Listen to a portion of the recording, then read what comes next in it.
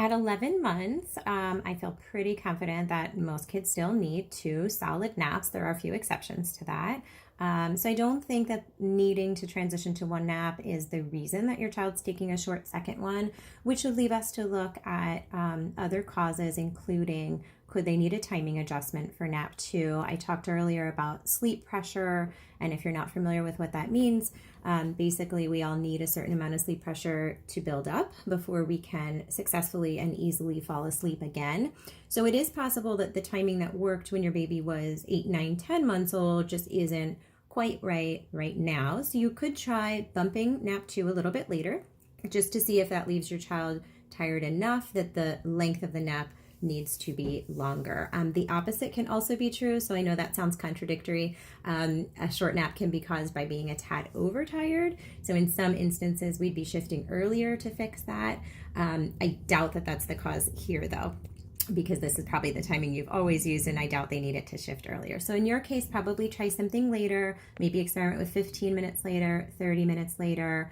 If the nap used to fall at 12:30, maybe your child needs it at 1 or even 1:30 as they're heading toward that 1 year mark. If adjusting the timing doesn't work, look at the level of light in the room. Is it brighter in their room for nap 2 than it is for nap 1? That can also cause the nap to be short.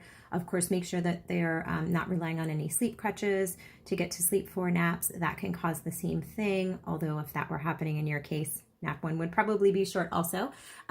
So beyond all that, it may boil down to the fact that your child is approaching the transition to a single nap, and therefore he or she may be getting so much sleep out of nap 1 that that's making nap 2 harder than it needs to be. So another experiment you could try if the first one doesn't work is to see if trimming, limiting the length and ending time of nap 1 will allow nap 2 to be smoother and longer. For example, I see a lot of kids that will take a 2-hour morning nap, and then there's really not enough sleep left to distribute into the afternoon nap, in which case you could try cutting it off after an hour 45, an hour and a half, and kind of keep trimming from there, assuming that that sleep that you're taking away is getting picked up in nap 2.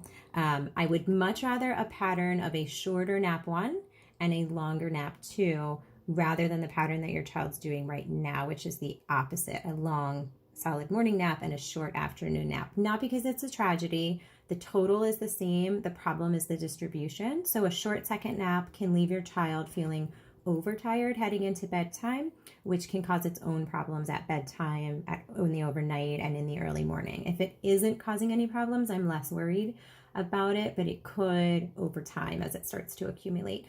So I would definitely want the second one to be equivalent to the first one or the longer of the two, and maybe trying some of those experiments will allow that to happen, and I hope that helps.